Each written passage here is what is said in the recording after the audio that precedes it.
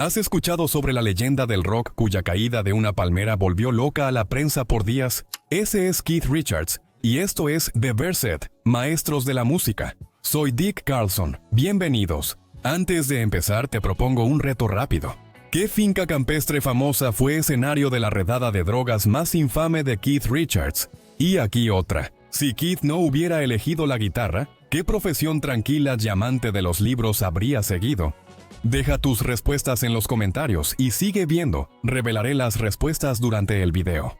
Descubramos cómo un chico delgado de Kent, tras la guerra, se volvió el corazón de los Rolling Stones y forjó una vida de resistencia, guitarras únicas y una fortuna capaz de comprar toda la primera fila. Pero para entender realmente a Keith Richards, el rebelde, el sobreviviente, el artista, tenemos que retroceder, porque su vida temprana ha moldeado cada nota que vino después. Keith Richards nació el 18 de diciembre de 1943 en Dartford, Kent, y creció como hijo único durante la Gran Bretaña en guerra. Sus padres eran obreros de fábrica, y el mundo en el que nació era gris, racionado y en proceso de reconstrucción. En su modesto hogar, una chispa surgió temprano: la música. El abuelo de Keith, Augusto Dupree, había tocado alguna vez en una big band de jazz y reconoció algo especial en el joven Keith. Le regaló su primera guitarra y, con ella, una razón para creer que la música podía ser más que solo sonido. Se convirtió en su vía de escape. Keith quedó enganchado. Escuchaba discos de blues y a Chuck Berry, aprendiendo cada riff y ritmo. No solo escuchaba la música, también la sentía y la estudiaba como un idioma que ya conocía en lo más profundo de su ser. Incluso de adolescente había algo viejo en él, un hambre, una energía inquieta que no encajaba en un pueblo pequeño ni en una vida tranquila. La música lo llamaba a un lugar más grande. Luego llegó un momento que cambiaría su vida y la historia de la música. En 1961, Keith viajó en tren a la escuela de arte y se reencontró con Mick Jagger, un ex compañero de clase. No se habían visto en años, pero al reencontrarse, Jagger traía discos de blues raros e importados. Ese simple momento y su amor compartido por la música provocaron una conversación que llevó a una de las asociaciones más icónicas en la historia del rock.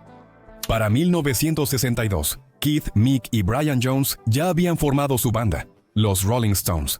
Comenzaron a tocar en clubes alrededor de Londres, llenando cuartos pequeños con una especie de electricidad primitiva.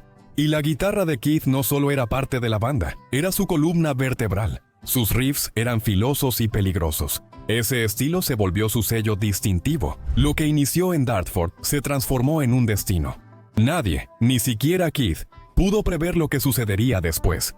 A mediados de los 60, los Rolling Stones ya habían explotado. Su éxito de 1965, No puedo obtener satisfacción, no solo encabezó las listas, arrasó con el panorama pop como un disturbio. De repente, la banda no solo era conocida por su sonido, sino también por su actitud, y Keith Richards estaba justo en el centro de todo eso. Mientras la música crecía, también su fama y el caos.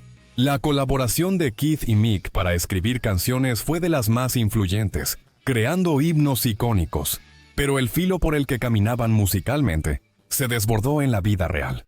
Para 1967 las cosas llegaron al límite con la infame redada de drogas en Redlands. La policía allanó la finca campestre del siglo XVI de Keith en West Withering, Sussex, y encontró todo lo que esperaba. No era otra historia de celebridades. Se convirtió en un escándalo nacional en toda regla. Los canales de noticias británicos publicaron titulares de primera plana sobre los estilos de vida llenos de drogas de las estrellas de rock, y el establishment veía a Keith y Mick como símbolos peligrosos de la rebelión juvenil. Tanto Richards como Jagger fueron arrestados. Keith fue acusado de permitir que se fumara cannabis en su propiedad. La acusación era vaga, pero tenía un peso serio entonces. Aunque los cargos se retiraron en la apelación, la redada fue un punto de inflexión. Para los fanáticos, Redlands ya no era solo una casa. Se volvió símbolo de rebeldía, un sitio donde no aplicaban las leyes estatales. Y el incidente consolidó la imagen de Keith como el máximo forajido del rock. A finales de los 60 y 70 hubo confusión por giras, sustancias y supervivencia. Keith se lanzó de cabeza a una vida de extremos. Inició una relación intensa y duradera con la actriz y modelo Anita Pallenberg. Su vínculo era magnético y volátil, impulsado por la creatividad y la adicción. Juntos tuvieron 3 hijos, Marlon, Angela y Tara. La tragedia los golpeó en 1976, cuando Tara murió de síndrome de muerte súbita infantil a las 10 semanas de edad. Keith estaba de gira en ese momento. Aunque su vida se descontrolaba, su música seguía precisa, los riffs eran más ajustados y nunca perdió su filo. Fue arrestado varias veces, entró a rehabilitación, luchó contra la adicción a la heroína y no se apagó. Sí, se dobló pero no se rompió. Keith dijo una vez que no tenía un deseo de morir. Simplemente no le importaba si vivía o moría. De alguna forma, siguió viviendo y siendo el pilar de los Rolling Stones. Se convirtió en el ritmo detrás del espectáculo y en el rebelde que se negó a caer. A finales de los 70, Keith Richards no solo sobrevivía al rock and roll, sino que lo definía con sus cicatrices y alma. En los 80, la vida de Keith Richards tomó otro ritmo. En su cumpleaños 40 en 1983, se casó con la modelo y actriz Patty Hansen, entonces estrella de Vogue. Ella fue su compañera en las décadas tranquilas que siguieron. Criaron juntas a 2 hijas, Theodora y Alexandra. Para un hombre que alguna vez parecía estar casado con la carretera, Keith finalmente estaba construyendo un hogar. En 1985, realizó un gesto simbólico al comprar una tranquila propiedad en Weston, Connecticut. Seguía siendo el tipo de lugar de Keith, boscoso, privado y lejos del brillo de Hollywood. Marcó un punto de inflexión. Tras años en caída libre, se asentaba en la vida familiar. En 1988, Keith inició su propio proyecto. Su debut solista, Talk Is Cheap, llegó a tiendas y encantó a los críticos. El álbum no buscó competir con tendencias pop. Era atemporal como Keith. El álbum salió cuando muchos creían que Keith estaba agotado creativamente, tras disputas públicas con Jagger y la distancia en los Stones. Pero este disco silenció las dudas. Combinó funk, rock y ritmo para crear su banda, los Expensive Winos. Además de la música, cultivó una tranquila obsesión por los libros.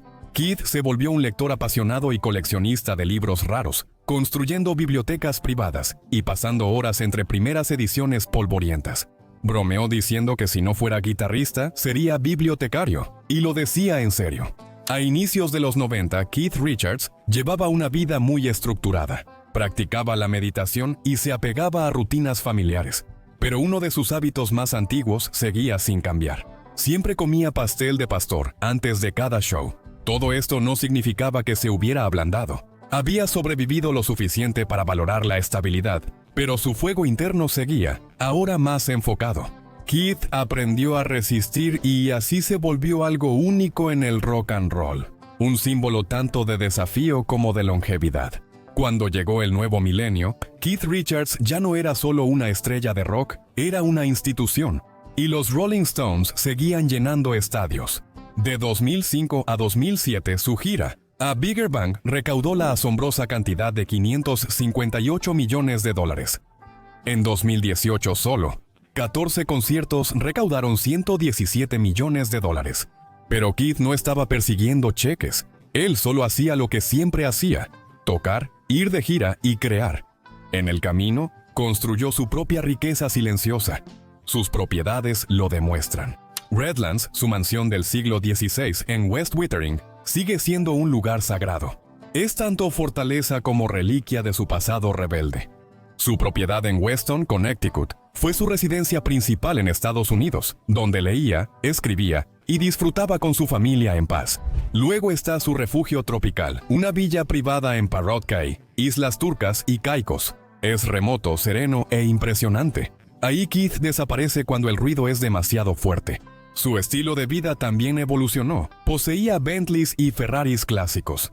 El Bentley S3 Continental de 1965 era su favorito y lo apodó Blue Lena. Pero no solía ser visto presumiendo ninguno de ellos. La posesión más preciada de Keith es su colección de guitarras, que por sí sola incluye más de 300 instrumentos, incluyendo su querida Telecaster Micawber de 1953. Estas son sus inversiones que valen millones. Su lujo es más interno: libros raros de alto valor, chefs personales y bibliotecas cuidadosamente seleccionadas. Él no quiere que el mundo lo observe. Todo lo que quiere es leer en silencio bajo las palmeras. Incluso sus hábitos más salvajes se han suavizado. En 2019 se informó que Keith dejó de fumar. Redujo el consumo de alcohol, pero la música no cambió. Todavía graba, sigue de gira y aún se pone la guitarra con la misma sonrisa torcida. A una edad en la que la mayoría de las leyendas se retiran, Keith Richards sigue muy vivo, en el escenario, en espíritu y en el legado que aún está escribiendo. Su riqueza no está solo en dólares, está en la supervivencia, en los riffs y en sus historias. Para 2025, Keith Richards no solo es un sobreviviente de la era más peligrosa del rock, sino también uno de sus íconos más ricos y duraderos. Su patrimonio neto estimado es de $600 millones. Pero a diferencia de la riqueza de muchos en el mundo de la música, la fortuna de Keith se construyó por capas, forjada durante décadas a base de esfuerzo, composición y pura capacidad de resistencia. La base de esa riqueza son las regalías de sus canciones. Su colaboración con Mick Jagger ha generado éxitos duraderos y las regalías continúan por cada reproducción, transmisión y acuerdo de sincronización. A eso súmale décadas de ingresos por giras, desde estadios llenos hasta giras mundiales de varios millones de dólares, además de proyectos en solitario y derechos de publicación musical. El catálogo de Keith Richards en realidad es valioso, pero a pesar de toda esa fortuna, Keith vive según un código de disciplina. Su vida ahora se basa en la rutina. Sigue rituales que tienen sus raíces en la creatividad, no en el caos. Escribe, lee, reflexiona y cultiva su jardín. Sí, Keith Richards alguna vez fue considerado el forajido más indestructible del rock, pero ahora pasa horas en su jardín de Connecticut, cavando en la tierra con la misma concentración que antes reservaba para las cuerdas de la guitarra. En 2025 recibió el Premio a la Excelencia del Gobernador de Connecticut, un homenaje por más de 40 años de presencia artística y filantrópica en el estado. El mismo estado donde construyó una vida tranquila y estable, lejos de los reflectores. Nunca pidió aplausos, pero de todas formas llegaron. Hoy en día, Keith es conocido menos por romper lámparas de hotel, y más por convivir con sus nietos, ensayar en silencio o tomar café en su porche con un libro en la mano. El hombre que alguna vez desafió al destino en autobuses de gira y camerinos, ahora encuentra paz en el ritmo y la familia. Y aún así, sigue tocando, escribiendo y presente. Keith Richards sigue siendo un símbolo mundial de resiliencia, tenacidad creativa, y de lo que significa envejecer con integridad en un negocio que brilla intensamente y rápido. No solo sobrevivió al rock and roll, lo definió y de algún modo lo superó. De una infancia en guerra en Dartford a estadios mundiales y retiros en islas, su vida es de contrastes. Pero quizá ese es el punto, quizá por eso es tan importante. Entonces, ¿qué parte de la historia de Keith te impactó más? ¿Fueron las tragedias, la transformación, o en quién se convirtió? Déjame saber en los comentarios. Y atento, porque pronto llegará la siguiente historia de un ícono musical.